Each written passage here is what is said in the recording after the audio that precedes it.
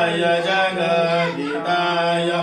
नागाननाय श्रुतियज्ञविभूषिताय गौरीसुताय गणनाथ नमो नमस्ते त्वं वैष्णवी शक्ति अनन्तविरजा विश्वासबीजं परमासि माया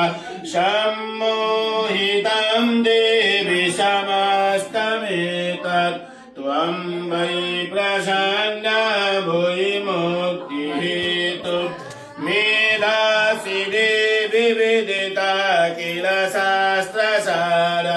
दुर्गासि दुर्गभवसागर